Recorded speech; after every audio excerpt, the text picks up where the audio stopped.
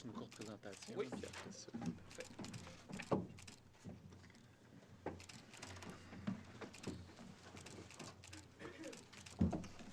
Bonjour à tous. Hello everyone. Welcome to the National Press Theater pour cette conférence de presse avec des ministres et des représentants de l'Agence de la santé publique. Donc, à partir de ma droite, il y a le ministre des Affaires étrangères, François-Philippe Champagne, la ministre de la Santé, Mme Hajdu, the Defense Minister, Harjit Sajjan, and then two officials from l'Agence de la santé publique, la Dr. Teresa Tam, qui est l'administratrice en chef, et son bras droit, le sous-administrateur en chef, Howard New. Ils vont avoir des déclarations. They will have quick statements, and then we can go to questions. We have also people on the lines waiting for a question, and after the declaration, we'll do the little rules for the question. Merci, M. Champagne.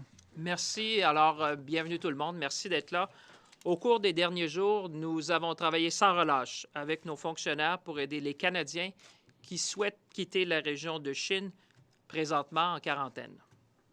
Comme vous l'avez vu hier, nous avons un avion déjà affrété qui se rendra à Hanoï, au Vietnam, où il sera prêt à partir en attendant les approbations finales des autorités chinoises.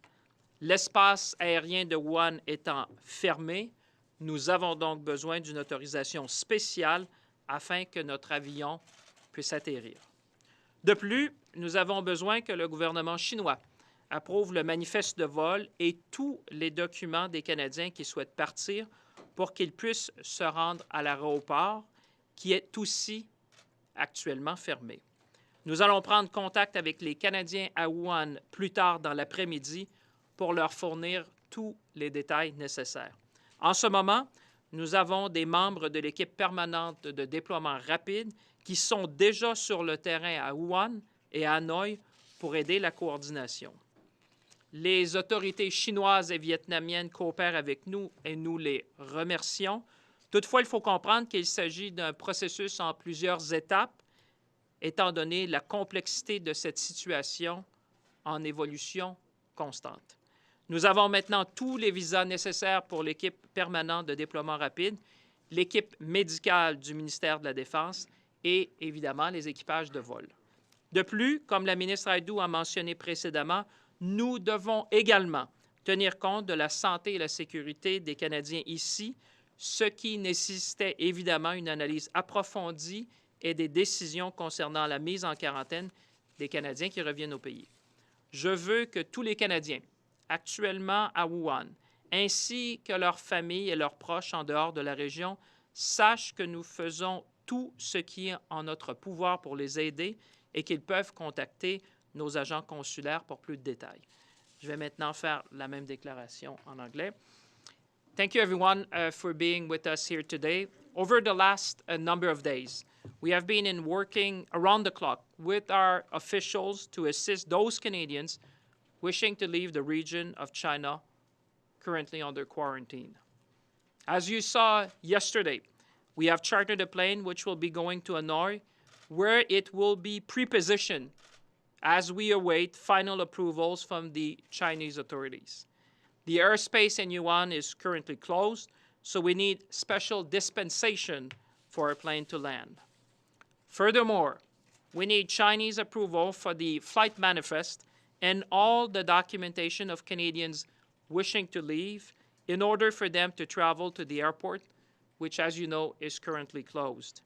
We will be in touch with Canadians in Wuhan later this afternoon to provide them all the necessary details. We have members of the Standing Rapid Deployment Team now on the ground in both Wuhan and Hanoi to help coordinate all this. The Chinese and Vietnamese authorities are cooperating with us, and I want to formally thank them. But it is a multi-step process given the complexity of this evolving situation. We now have all required visas for the Standing Rapid Deployment Team, the DND medical team, and the flight crews. Additionally, as Minister Hajdu mentioned, we also need to consider the health and safety of Canadians here at home, which required analysis and decisions regarding quarantine for Canadians who are leaving. I want all Canadians currently in Wuhan and their family and loved ones outside of the region to know that we are doing all we can to help them and to be in touch with our consular officials for further details. I'll now ask Minister Hajdu. Well, thank you very much, Minister Champagne.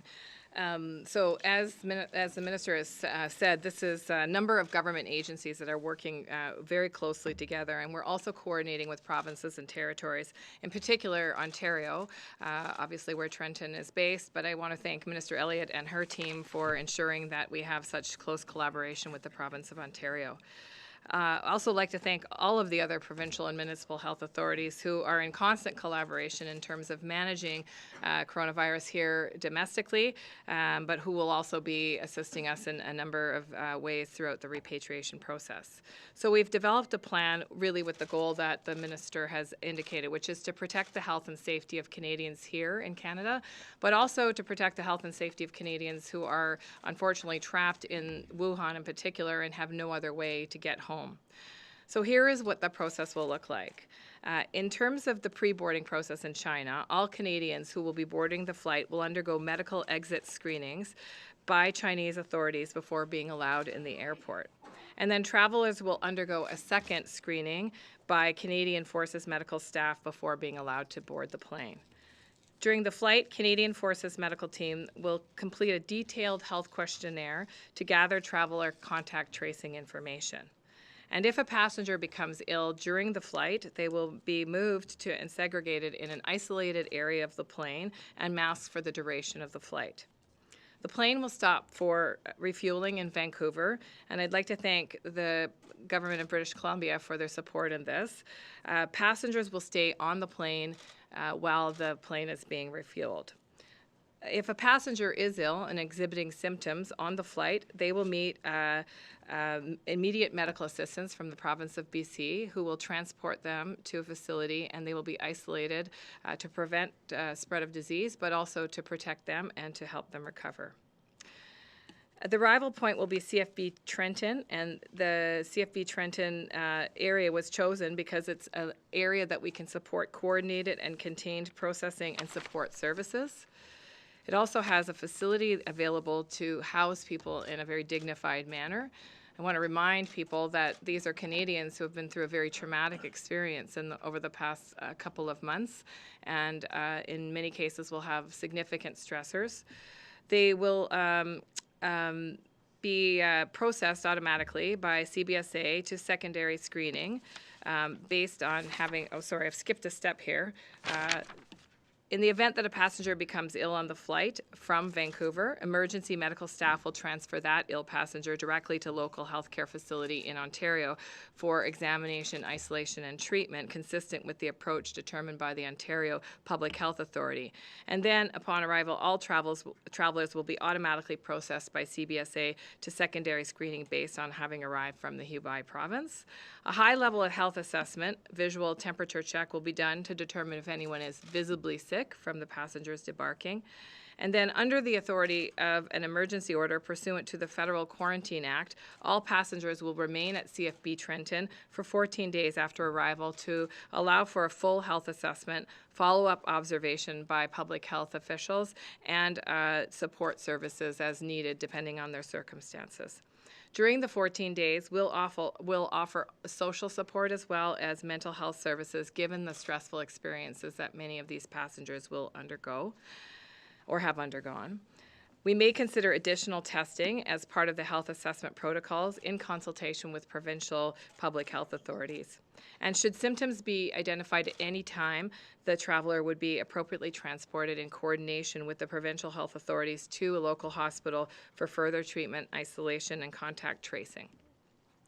Onward travel information of asymptomatic Canadians returning on the repatriation flight will be communicated to their respective provinces and territories to facilitate any further follow-ups that may be required by local public health authorities. And following the completion of the full health assessment, the Government of Canada will provide transportation to Toronto, Ottawa, and Montreal for passengers. I will also say that all crew will be wearing protective gear so that they also can be protected and quickly deployed. And today we are actually undergoing a dry run at CFB Trenton to make sure that our processes are in place. And now I'll turn to Minister Sajjan, who will share a few words from the defense involvement perspective. Great, thank you. Mr. Hajdu. The Department of National Defense and the Canadian Armed Forces will always be there to help Canadians in time of need. And as you know, just last month, troops were deployed to Newfoundland to help the residents after a major winter storm caused a state of emergency. And at the request of Minister Champagne and Minister Hajdu, I've authorized the Canadian Armed Forces to support the returning Canadians currently impacted by the recent quarantine measures in Wuhan, China. Under Operation Globe, 6 Canadian Armed Forces personnel, 2 doctors and 4 nurses will be on the flight returning from China to provide medical assistance as required, including health screening of the passengers before, during, and at the conclusion of the flight. When the returning Canadians arrive in Trenton, they'll be provided accommodation at the Yukon Lodge, which is the Canadian Armed Forces base Trenton's newest accommodation. Trenton was chosen, as Mr. Hajdu said, due to its ability to accommodate large numbers of people within a short timeline.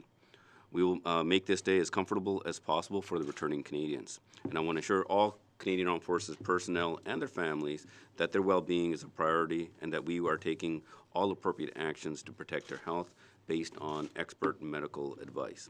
And I just want to state that I will continue to work with my colleagues to support their efforts to protect Canadians. Thank you. On perd les questions. On a environ 20 minutes. We have approximately 20 minutes. We have still microphones that are going in the room, so I'll be saying one media outlet, then the next one who will be asking questions. On va commencer avec le devoir, ensuite ça va être Reuters. And it's one question, one follow-up. You know the drill. If you have questions, raise your hands just to make sure I see everyone. Bonjour, peut-être pour Monsieur Champagne, unless someone else wants to answer. Première question, donc du coup, quand est-ce que vous vous attendez à ce que le vol arrive et quitte Wuhan? Et le dernier chiffre, je pense, c'était 325 Canadiens qui voulaient quitter. Est-ce que ce chiffre a changé? Et est-ce que tous ces gens-là peuvent monter dans un seul avion? Est-ce qu'il y a assez de place? Alors, on a 304 Canadiens qui ont demandé notre assistance pour revenir vers le Canada. 280 de ceux-là ont des passeports canadiens. On a affrété déjà un avion, mais vous comprendrez, dans les circonstances, on a déjà... j'ai donné l'autorisation durant le week-end pour prendre une option sur un deuxième avion au cas où on aurait à rapatrier plus de Canadiens et Canadiennes vers chez nous. Pour ce qui est des vols, écoutez, le manifeste est en train de au moment où on se parle présentement, le manifeste est en train d'être terminé. Je vous reviendrai sur les heures exactes des vols, mais je peux vous dire qu'avec les dernières autorisations qu'on a eues, on est en train de finaliser les plans de vol, les autorisations de vol, et je vais revenir vers vous, les Canadiens, dès que l'avion aura pu décoller pour vous dire d'où il part. Il s'en va à Hanoï pour ce qu'on a appelé cette période-là où on va regrouper l'équipe pour ensuite rentrer dans l'espace aérien chinois. On attend encore l'autorisation chinoise pour pouvoir atterrir, évidemment, à Wuhan. Avez-vous l'impression que dit que c'est une question d'heure ou demain? Ou c'est une question d'heure pour que l'avion se positionne vers Hanoï. Et ensuite de ça, comme je vous dis, on attend encore les dernières autorisations dont on a besoin. Je m'excuse. Est-ce qu'il y a de la place dans l'avion pour les 280? Vous dites qu'il va falloir un deuxième vol. Et est-ce que vous avez des assurances qu'il y aurait des ajustements pour les familles, pour garder les familles intactes s'il y a un conjoint qui est résident permanent ou un enfant qui n'est pas... Alors, sur le dernier aspect de votre deuxième question, oui, on a eu des assurances ou, disons, de la confirmation des autorités chinoises qu'on préserverait l'unité familiale, c'est-à-dire que tous les enfants à bord qui sont canadiens pourront être accompagnés soit d'un Canadien ou d'une Canadienne, de résidents permanents ou même de citoyens chinois pour les réaccompagner vers le Canada. Pour ce qui est de l'avion, oui, on a pris, comme je vous dis, une option. On a acheté une option durant le week-end pour permettre de rapatrier d'autres gens si le premier vol ne suffisait pas. Ce que je peux vous dire sur la base de consultations que j'ai eues avec mes homologues de plusieurs pays, évidemment, ces nombres-là fluctuent. Comme vous savez, à chaque jour, le nombre a fluctué parce qu'il y a des gens qui décident de choisir de revenir, il y a des gens qui choisissent de rester, et il y a aussi un nombre de personnes, finalement, où on a un nombre de no-show à l'aéroport. Alors, on est en train d'évaluer ça, mais dans l'intérêt des Canadiens et Canadiennes, on a déjà sécurisé, si on a besoin, un deuxième appareil. Et on a aussi des discussions avec nos alliés de différents pays, s'il restait quelques Canadiens, si on ne peut pas avoir des places sur d'autres appareils. Donc, tout le monde est en coordination pour qu'on puisse offrir des services consulaires à tous les Canadiens et les Canadiennes qui veulent revenir. Reuter and then Radkan. No. It's not that way it works here. You'll have questions. You have a question? Me? Yeah. Can someone give Reuter the mic? I didn't hear you say word. Hello. So, of the 280 with Canadian passports, can you tell us if all of them are compliant with with the requirements of the Chinese government? Because some of it's a bit complicated. Some have dual citizenship. They may not have entered China with their Canadian passport. Do you know exactly how many might be able to make it on that flight right now? Well, like I said, this is a fluctuating number because people, the first thing we did, it was a three-stage process. Let's be very simple in that. The first thing you need to do in a situation like that, you need to assess the needs. This is already done, obviously. The second thing is obviously to charter the plane. And the third aspect of it is to secure the authorization and organize the ground logistics. To answer your question on the ground logistics, we will be contacting everyone starting this afternoon because it's about 1 a.m. Currently in Wuhan as we speak. We will be contacting Canadians throughout the afternoon as early as their morning to give them all the details, what they need to bring, what we need for the manifest. And like I said, we have a plane which is large, but should we miss a few seats, we have secured a second plane. We bought an option over the weekend to have a second plane ready to go. And alternatively, we're talking with a number of countries. As you know, there's a big international cooperation. If we were missing only a few seats, we might be able to cooperate. As you know, we have already repatriated Canadians on other airlines, on other I would say allies who brought Canadians in the UK, for example.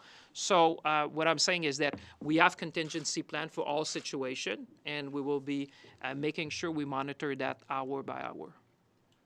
Could I follow up with Dr. Tam? I have a question over that 14-day quarantine. I was reading about other testing for people who tested positive and were put in quarantine, and if they tested negative for 2 days in a row, then they were allowed to go home. Essentially, they were free from the virus. Is there a reason that they need to be held for 14 days, or is there a way that you could accelerate that? Is it a precaution that may be a bit too much? So the 14-day period for having them at Trenton is a precautionary measure because the passengers would have come from an area with the most intense transmission of the virus in China. 14 days, of course, is the longest incubation period, if you like, during which someone might become sick. So right now, that is the plan. Of course, we have daily monitoring of the passengers to see what's happening with them, but also anyone who's been on that plane. So that is the plan at the moment. Radio-Canada, ensuite Global. Bonjour, Christian Noël de Radio-Canada.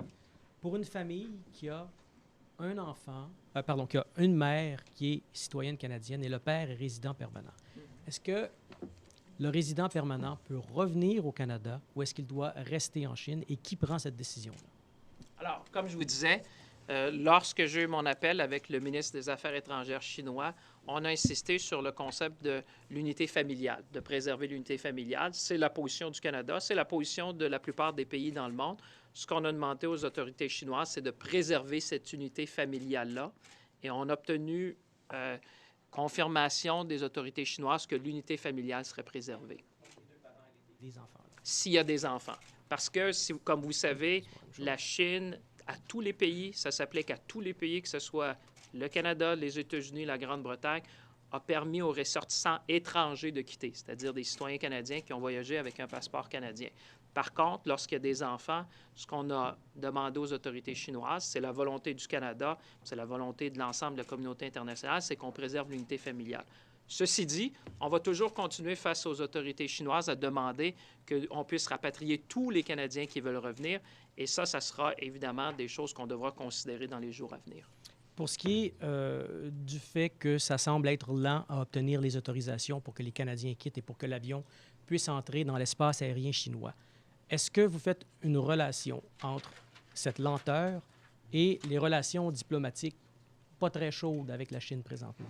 Moi, je vous dirais que même de parler de lenteur, je ne pense pas que c'est approprié parce que si vous regardez, il y a une semaine, jour pour jour, on avait 2 Canadiens le matin qui nous demandaient d'être rapatriés. Ce nombre-là, le 27, est passé vers une centaine. Aujourd'hui, comme je vous disais, on en a plus de 300 qui veulent être rapatriés. Du moment où on a pris cette décision-là d'affréter un aéronef et du moment où on obtient toutes les permissions, ça tient à peu près le même nombre de jours que tous les autres pays. Il faut comprendre que dans le cas des États-Unis et les autres, les États-Unis, eux, avaient un consulat évacué avec du personnel diplomatique.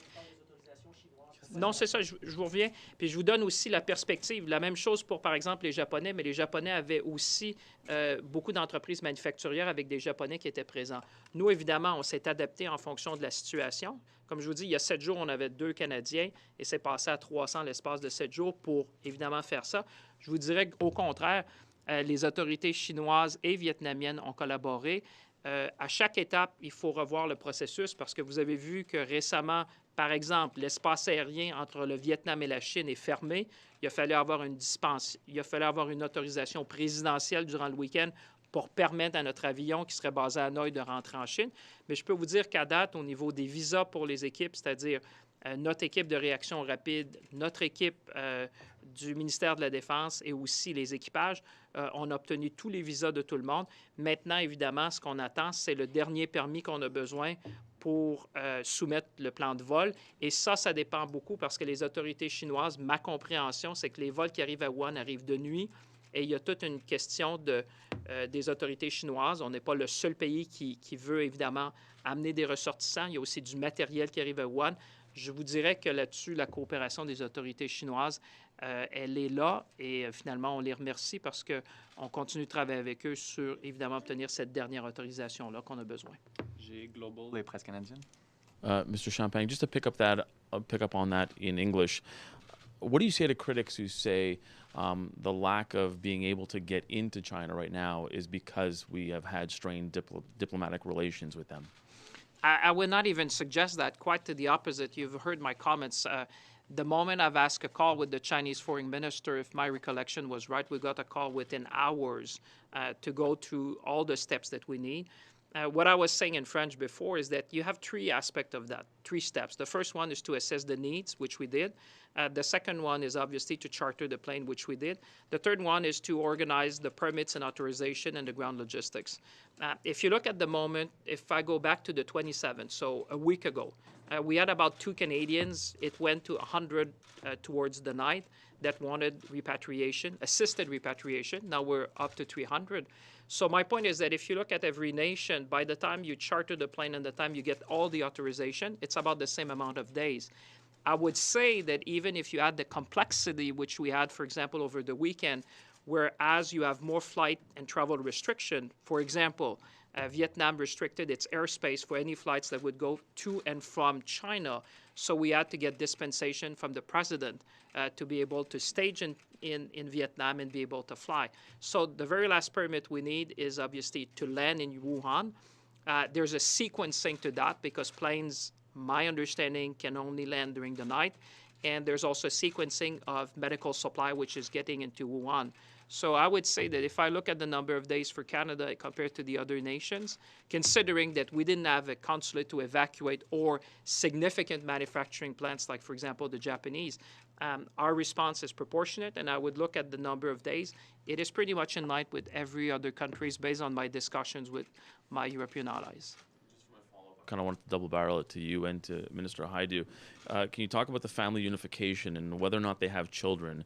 Will there be an issue in keeping people together if one, let's say, is a permanent resident, the other one is a Canadian citizen? And to Minister Hajdu, I remember last week you had said that even if a Canadian wants to come home, if they're presenting symptoms, if somebody gets to the airport is presenting symptoms, will they even be allowed to get on that Canadian plane? So I can start with that, and the answer is no. Our understanding from the Chinese authorities is that no one who is presenting symptoms will be able to fly. This is actually part of China's extensive effort to contain the spread of disease, and so they've been resolute on this with all countries, and so I think we have to be prepared to understand that that's not going to be a flexible point for discussion. The reality is that obviously we're working within their jurisdiction, and we won't, I know that Minister Champagne has been able to get some concessions around family unification, but I don't anticipate we'll be able to get the Chinese to concede on that point. Canadienne, après ça, ça va être CBC. Yeah, to your question, sorry, he's the boss now, so I'm happy to. I was waiting for him to answer. Okay, well, I'm happy to answer that, obviously. What I said is that what we have asked the Chinese, and this is in line with the international community, is to preserve family unities, is to not to separate. That applies, obviously, when you have children under 18, in the sense that if you had a child which would be Canadian, but you would have a primary caregiver which would be a permanent resident or a Chinese national, what we have petitioned is that obviously to repatriate, we have asked the Chinese authority to allow the primary caregivers, whether they're Canadian citizen, permanent resident, or Chinese national, to be able to fly with that child in Canada. We receive assurance that China will follow suit on that. I would subscribe to what Minister Hajdu has said with respect to other nationals, which is not in the case of family unity. The position of China has remained the same for all countries, which is they would only allow foreigners to be repatriated in their countries. And I would just add, in terms of someone who is symptomatic and flying, that could obviously present challenges for the other passengers as well as for the staff that are working, depending on the severity of their illness. So, even from a medical perspective, it probably wouldn't be wise for someone to be traveling if they are suspected of having the virus. Oui, bonjour. Deux questions toutes simples pour les responsables de la santé publique qui sont ici aujourd'hui. La semaine dernière, vous avez lancé un appel au calme. Vos homologues des provinces ont fait les mêmes choses. Je me demandais si cet appel au calme, sentez-vous que ça a fonctionné? Okay. Non, la situation n'a pas changé pour le Canada. On a des bons systèmes de soins de santé aussi, de santé publique. C'est vraiment intégré. Et le risque pour le Canada, au Canada, pour la propagation est très faible. Quand même qu'il fallait que les Canadiens cessent d'avoir des peurs irrationnelles. Vous avez aussi lancé un appel au calme. Je me demandais si ça avait fonctionné. Puis je me demandais qu'est-ce que vous disiez justement, on va avoir à peu près 300 Canadiens qui vont revenir au pays. Qu'est-ce que vous pouvez dire à la population pour justement les apaiser face à certaines de ces peurs? Les deux aspects de cette question. Ici au Canada, jusqu'à date, on a seulement 4 cas au Canada. On n'a pas d'autre propagation du virus ici au Canada. Pour les Canadiens qui sont en Chine actuellement, je pense que c'est plus une question parce que la vie quotidienne est vraiment difficile là maintenant. Et les écoles sont fermées. C'est difficile de trouver des services, soins de santé, le transport en commun est arrêté. Avec tout ça, je pense que beaucoup de Canadiens veulent retourner au Canada et pour nous autres, c'est important pour offrir des services pour les répatrier ici au Canada. So I was just going to say, I think that bears repeating in English. I mean, the majority, well, actually, we have no indication that any of the Canadians asking for help are ill right now. Now, that might change, and the screenings are there to assess that. But why they are asking to leave Wuhan is that life has become exceedingly difficult in a city that is under such extreme quarantine. Supplies are running low. Many schools are shut. Many people are maybe students or employed there that are not able to carry on in their everyday lives. So the situation in terms of daily life has become extremely difficult, and there's no line of sight for the Canadians that are there in terms of when that might change. And so I think that's a very important thing to remember. On avait CBC, ensuite on va aller à Winnipeg Free Press. Hi, Minister Champagne. Just some clarification Sure. on the permanent resident issue. Yep. You've asked for family units to be allowed to stay together, but it seems the trigger for it to be considered a family unit is the presence of a child. Indeed. So would permanent residents with not traveling with a child be allowed to leave, or would permanent residents not traveling with a Canadian citizen but may be married to a Canadian citizen who's in Canada would they be allowed to leave? So let me be very, very clear. So the position of the Chinese authority as we speak is that only foreign nationals, meaning in the case of Canada, Canadian citizens, which would be allowed, and as Minister Hajdu said rightly, those who would be undergoing before even they board medical testing. So those who are asymptomatic would be allowed on the plane. That position of the Chinese authority is the same with respect to every other nation that I'm aware of. So in the sense that they've allowed, and Minister Hajdu explained the reasons for that, that they would allow us to repatriate foreign nationals. We obviously, in my discussion with Minister Wang He, State Councilor Wang He, which is the Foreign Minister of China, I've asked him, like other nations, to consider whether we could also repatriate permanent residents. The concession or the position that has been taken by China is to preserve family unity. So when there's a child, if the primary caregiver is a permanent resident, they would allow that child, which is Canadian, with the primary caregiver to come. But the position that China has been taking is the same, but I would say that we will continue, obviously, to provide consular assistance to every Canadian and permanent resident, and we'll continue to ask for us to be able to repatriate every Canadian and permanent residents. So permanent residents who aren't a primary caregiver or they're on their own, they don't get to get on this plane and that's China's decision, not Canada. I just want to clarify. Exactly. Okay. And it's the decision of China with respect to every other country. So Yep. it's not country-specific. It's just the position of China in their assessment to prevent the spread of the virus. So as a follow-up, what's the maximum capacity for the plane you have chartered at this point in time? Like how many people can fit on that plane? And how quickly would you trigger the option of the second plane? Would these happen at the same time, or would this be a secondary process with a lag? Well, we have the option for the second plane because, as you know, the number are fluctuating by the day. I would say they're fluctuating by the hour. So we're managing that. We are also learning from best practice that there's a number of no-show. There's people who change their mind. So I would say the capacity of the plane now is a big plane. I won't get into all the numbers because they change too often. But what I will do is that once the plane is in position on its way to Hanoi, and when the plane departs from China, we'll give you all the updates, and we will give you also the exact number of people on the manifest. I just want to make sure that the manifest is completed, and we're doing that as we speak, because we need, as you would appreciate, we need to provide that to the Chinese authority quite in advance, because from the manifest, so that Canadians who watch us understand, that manifest needs to go down to the particular police or security officer in front of every building to say that that person with that license plate, with that driver in that car or that bus is allowed to move across the number of checkpoints that are existing. To give a sense of perspective to Canadian, Wuhan is a city of 11 million people. So there's more people in Wuhan than you find in New York or, for example, London. So when you have a city like that in lockdown, we need to make sure that not only we get our plane on the ground, that's why we send our emergency response team in Wuhan, because they need to assist Canadians to get the manifest, get all the documents that the Chinese authorities would want, and distribute that to all the chain of command up to, obviously, the airport so that people can make their way to the airport. Donc, on va aller à Winnipeg Free Press, ensuite ça va être National Post. Il y a encore beaucoup de monde sur la liste, so keep questions and probably answers short. It's going to be efficient.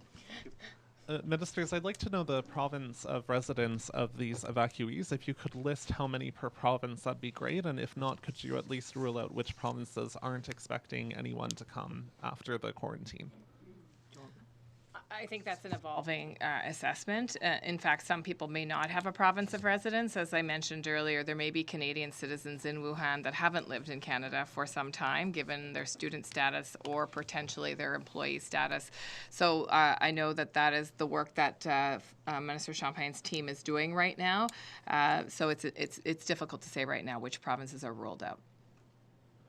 Dr. Tam, I was wondering if you could give an update on the number of tests of patients whose samples have been tested at the National Microbiology Lab, specifically the positive, the negative, and what is the term for those? Are they pending? I'm not sure what the precise terminology is. Please be as precise as you can with the numbers. So I think it's important to focus on the important numbers.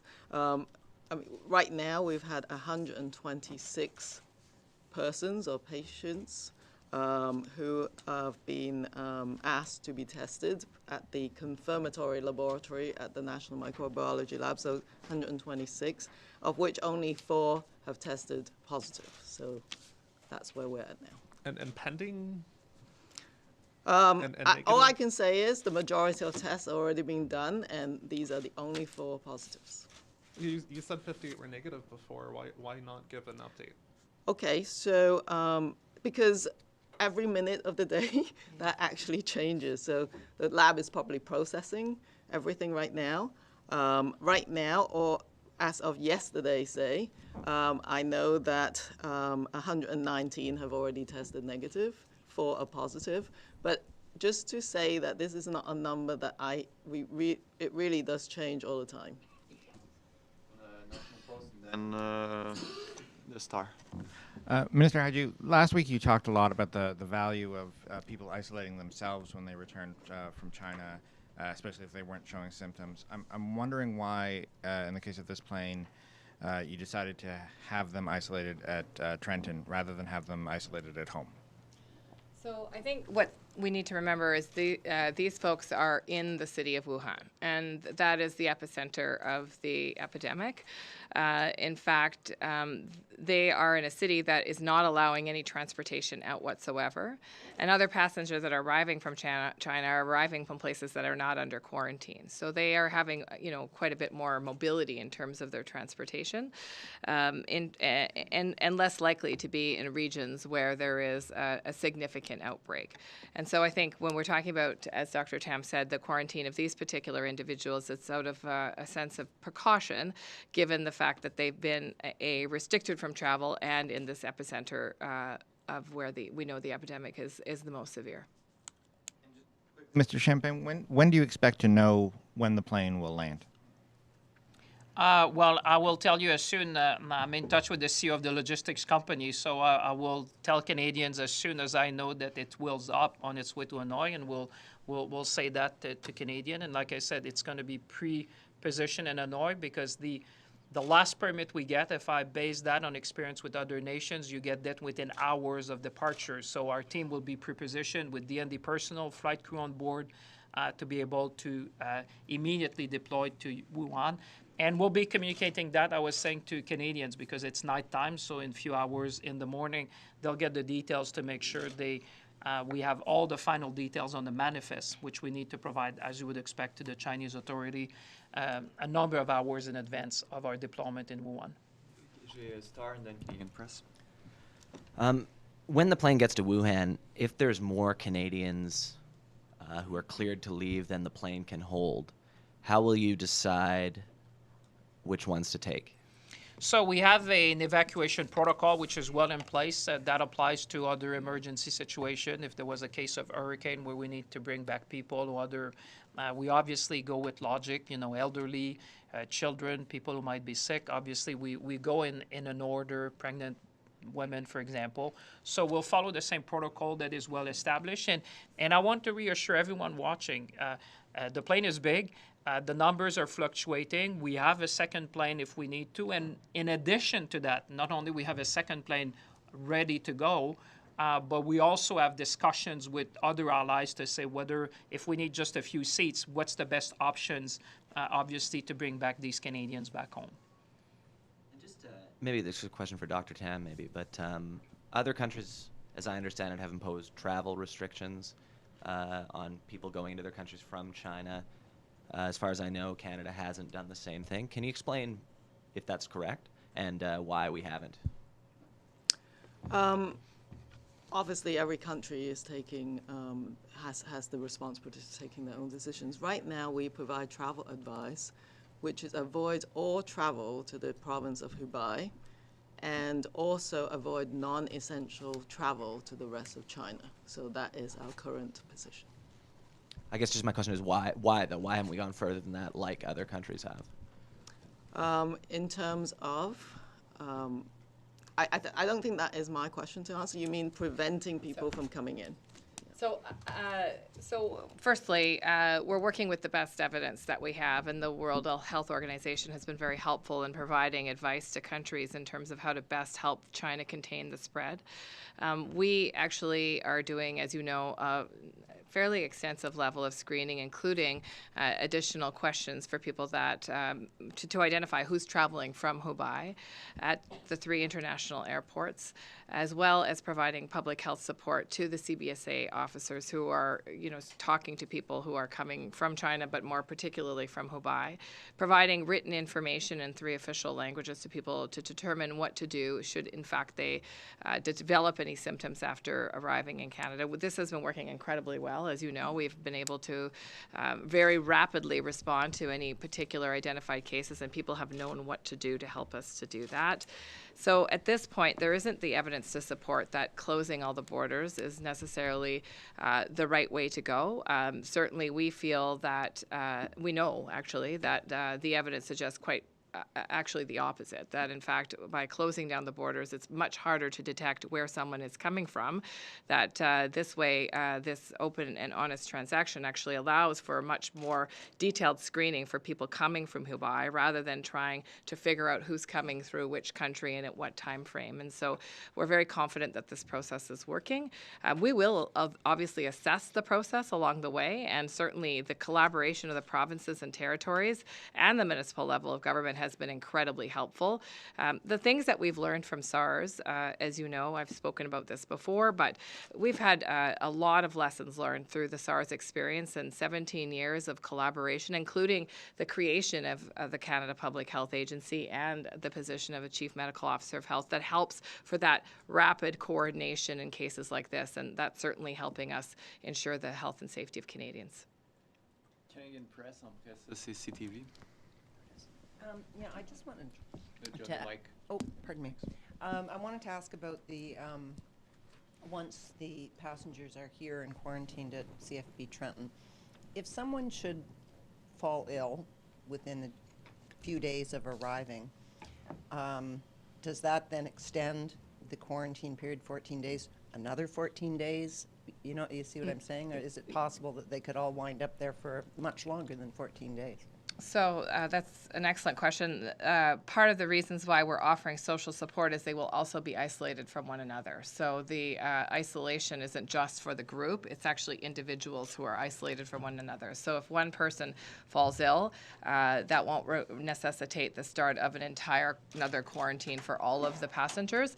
It means that that person will be identified and then isolated within a hospital setting to treat them and help them recover. Okay.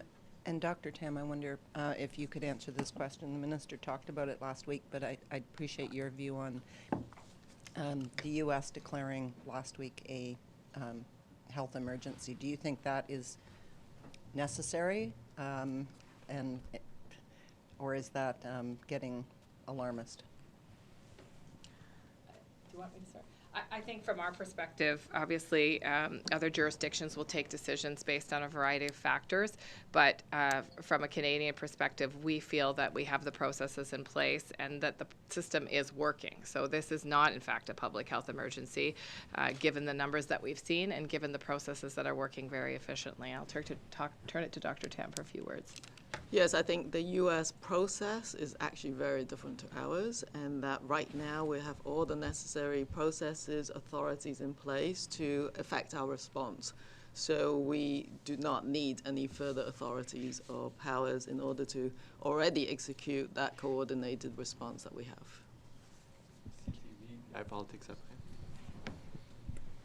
Hi, I'm not exactly sure who this question is for, but you talked about Canadians who are sick not being able to get on the plane, anybody who shows symptoms. I wonder, one, if you're aware of any Canadians or permanent residents who are in Wuhan or in China who are being cared for by the Chinese authorities who might be showing some type of symptoms of the virus, and also what type of measures will be there to help Canadians who do show symptoms and are not on the plane despite asking for assistance getting out of Wuhan. So, based on the latest information that I have, no Canadians have any symptoms of the virus. So that's the latest information that has been provided. Should there be one, we would obviously, the reason why we deployed what we call our standing rapid deployment team in Wuhan is obviously to continue to provide consular services to these people. Like we would do in any type of emergency, our consular officials would be there to continue to assist Canadians who would remain in Wuhan, because as you know, if you compare to the number of people who have registered with us, there's about more than 500 in Hubei provinces. So what you see is that a number of them have decided to stay, which is their choice. So we will continue to provide consular services, and that would be exactly the same, obviously, if someone was to fall ill, and we would assist them as we normally assist Canadians abroad. Minister Champagne, I'm hoping that you can elaborate on exactly what these types of consular services are. And my second question is for Dr. Tam. There are obviously more cases every day, both in terms of new cases being confirmed in China as well as more deaths.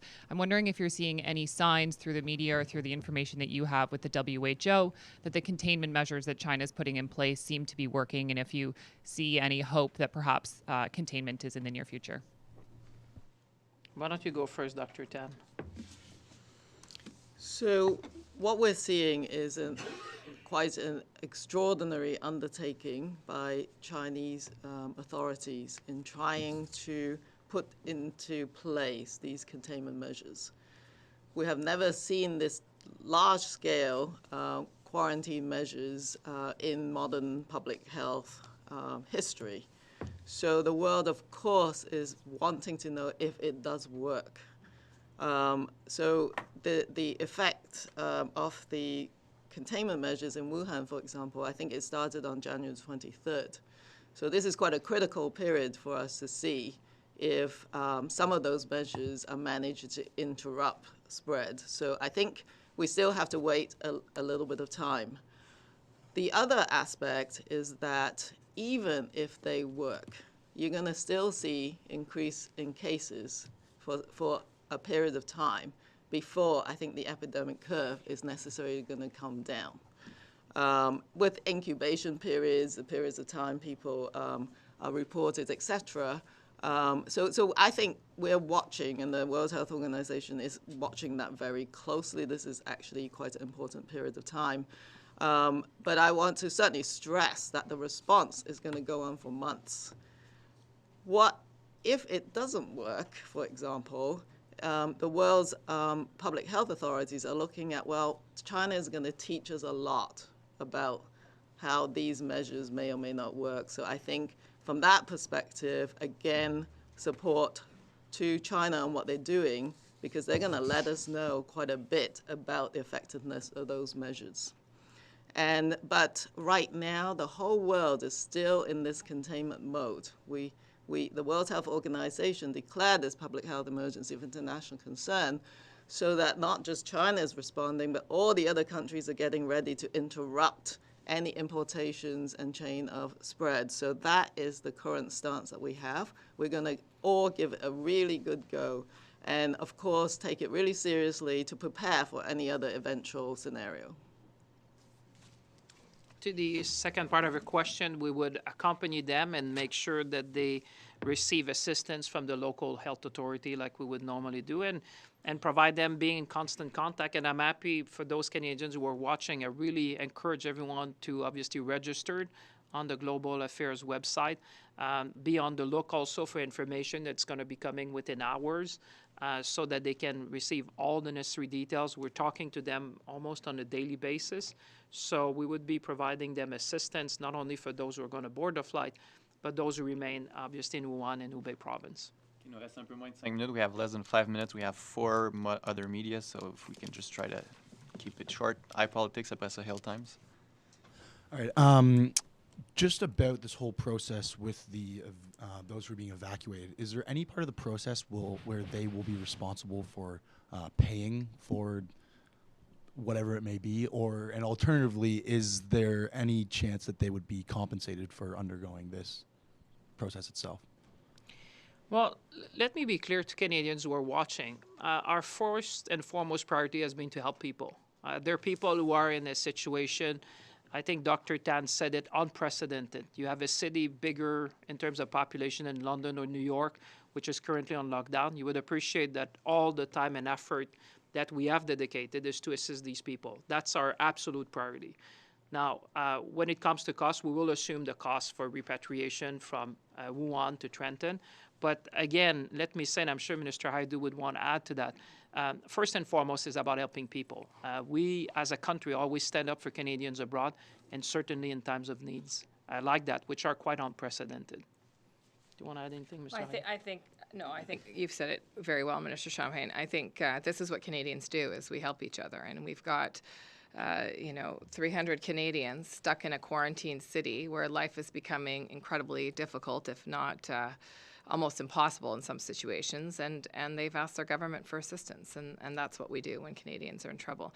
In terms of compensation for the experience, I think Canadians will be very grateful to come home. I think it's been a grueling period of time for them, and I think that my sense is that Canadians will be very happy to get back on Canadian soil. And I imagine this would be courtesy of the provinces, but how is the federal government being informed about what's going on at the practice level? Like, what's informing really the information that you're receiving about what's happening here in Canada in terms of this virus? Well, I'll turn to Dr. Tam in a second, but in fact, that's, I think, one of the things where Canada has been noted and praised by the World Health Organization in terms of our collaboration and our very integrated systems.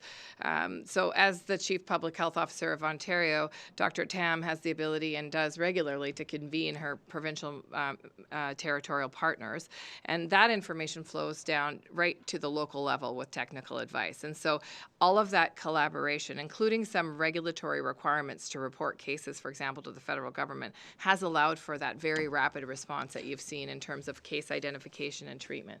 Maybe you'd like to say a few more words, Dr. Tam? Yes, so in the last number of years after SARS, we created the necessary structures between the federal government and the province and all the provinces and territories, so that the moment I heard about the cases of pneumonia in Wuhan, and even before we identified which virus, we already had the whole system alerted, and the expectation that provinces and territories will collaborate and report cases at the central level.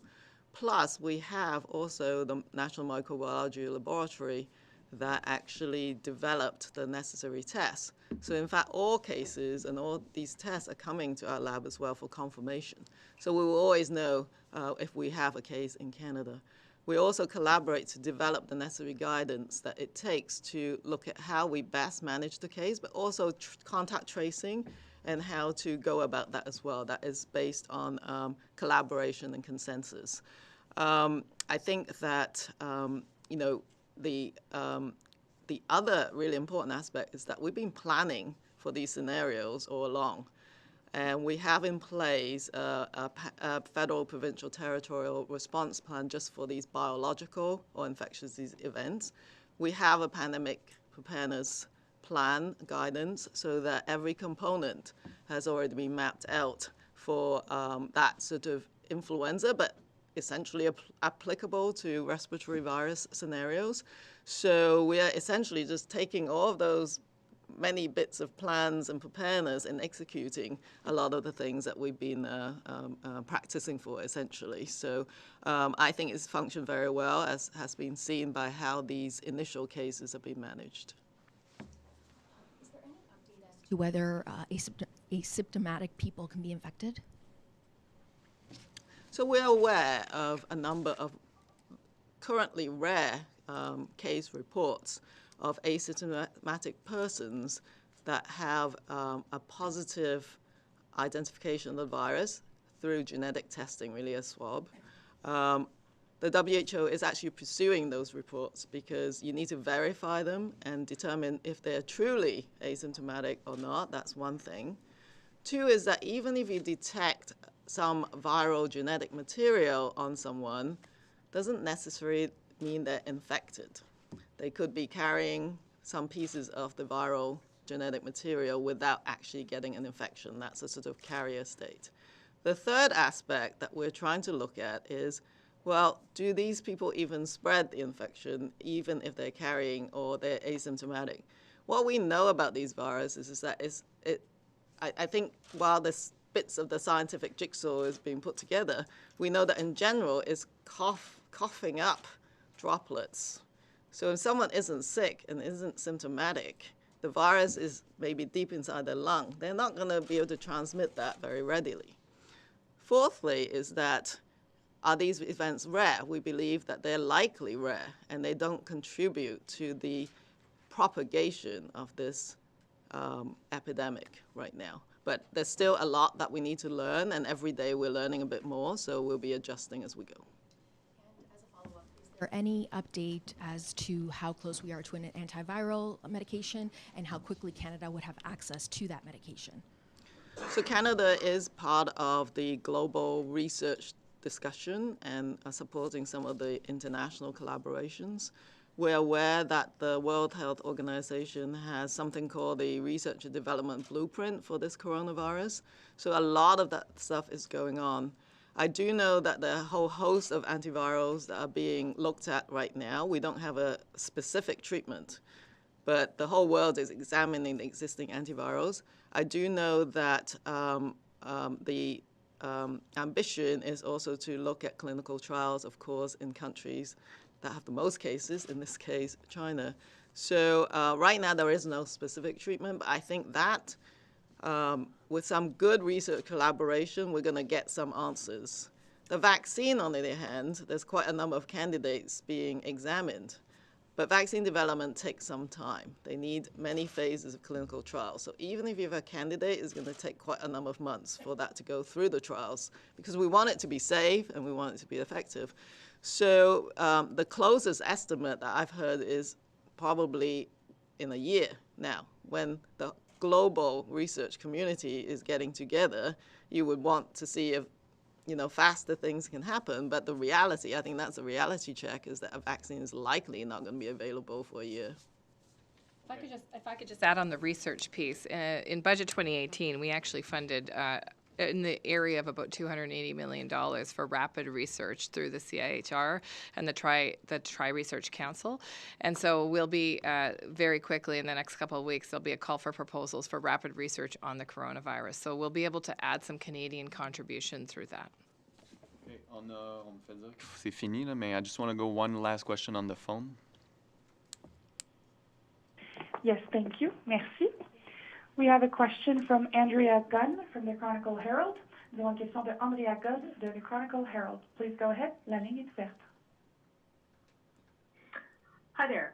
I believe my question was asked. I was trying to see if there's any, I think Dylan Robinson asked it, but trying to get a breakdown of the number of people that are bound for each of the provinces coming back from China, trying to do a regional piece. So I guess you're not releasing those numbers, though. We do have some indication of some people from certain provinces, but we don't have a full indication. And I think, as Minister Champagne pointed out, those numbers change hour to hour. We'll certainly be transparent with that information as we get a better sense. As I said, we're still working out the manifest as we speak. I'm looking at the time, and I know we are finalizing it. So once this is done, when we know how many people have boarded, like Minister Hajdu would say, we'd rather give certainty on numbers when we have final numbers. Merci beaucoup. Thank you. Merci tout le monde. Merci à tous. Merci. Merci à vous. Plaisir. Vous allez bien?